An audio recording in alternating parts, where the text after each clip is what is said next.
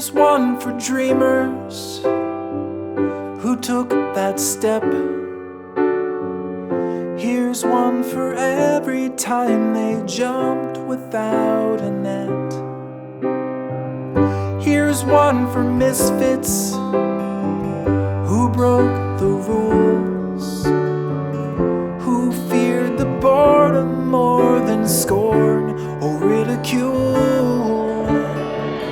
You're scared to fly in the endless sky when the voices say that there's no way you'll ever make the grade. Ayusin ko muna kayo dyan. Yes. Oh, Lord. Hello, guys. Now, pwede ko na kayong kausapin. Kausapin. Oras, 5:21 ng umaga. Officially, January 1, 2023. At kaalis lang na aming mga bisita, guys. Actually, nakaalis sila mga 30 minutes ago. And, yeah, hindi pa ako makatulog. Ewan ko ba, upo-upo lang muna ako dito. And, yeah, I just wanna say, nag-enjoy talaga ako sa aming, anong tawag nito? Sa aming New Year celebration. We've spent it with our friends na talaga namang friends na medyo matagal-tagal na din. And we had a good time. And if it's New Year talaga, nakaka-excite lagi. Always nakaka-excite kasi the feeling that it's a new start, it's a new opportunity, new chance to better ourselves. Obviously, it shouldn't be just this new year. It should be every day that there's like a new start. Pero iba talaga yung effect ng New Year. Parang feeling mo, parang na-reborn ka ba? Na-reborn, na-refresh, na-reborn, ano pa bang right word? So, yun. I'm so excited for this year, kung ano yung mga mangyayari. Last year, I'm so happy na na-survive natin. Ang daming nangyari last year. Sobra. Pero we're here, we're still here.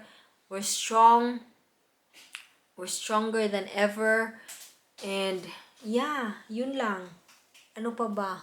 I hope na enjoy nyo rin yung inyong guys, New Year together with your friends or with your family. Ganon, kasi na-enjoy ko sa akin. Ang hindi ko lang ma-enjoy yung paglilinis. Ang daming kalat na naiwan, but we're gonna do it later na pag nakapagpahinga na kami konti. But I have the whole day, not tomorrow because I have the whole day today.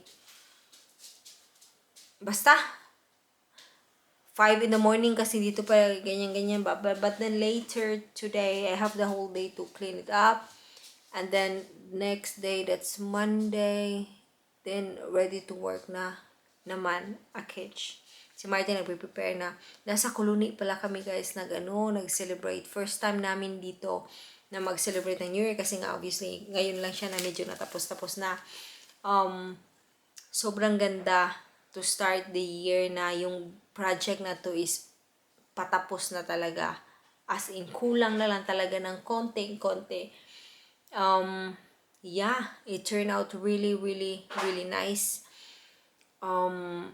Nakaka-proud lang na parang alam niyo yun, parang tinitingnan ko ito, nakaka-proud lang na parang, I did help in building this one, like literally. Pero kahit konting effort lang, pero ako pa rin yung isa sa alam niyo yun, naglansang-lansang, ano ba Tagalog niyan? But anyway, ako yung naglansang diri guys, and ako nagbutang sa mga floorings, churing. But anyway, ganda. Yun lang. Pakita ko sa inyo yung kalat. Pero okay lang yan. So, those are the after effect. Ganyan.